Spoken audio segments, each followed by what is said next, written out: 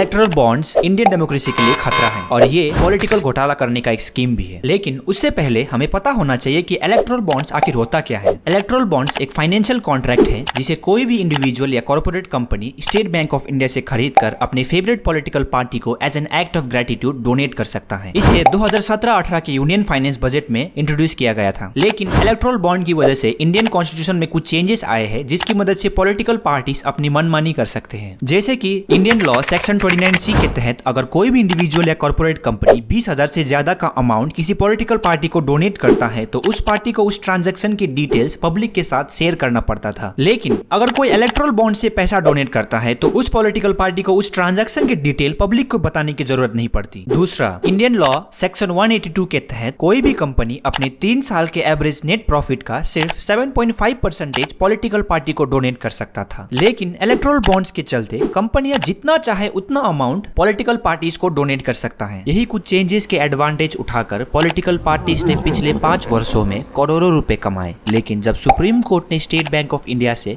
इन करोड़ों रुपए के इलेक्टोरल बॉन्ड्स के हिसाब मांगे तो SBI बैंक ऑफ इंडिया उन डिटेल्स को प्रोवाइड करने में अनसक्सेसफुल हुआ। और यही सब चीजों को ध्यान में रखते हुए सुप्रीम कोर्ट ऑफ इंडिया ने 15 फरवरी 2024 में इलेक्टोरल बॉन्ड्स को अनकॉन्स्टिट्यूशनल घोषित कर दिया।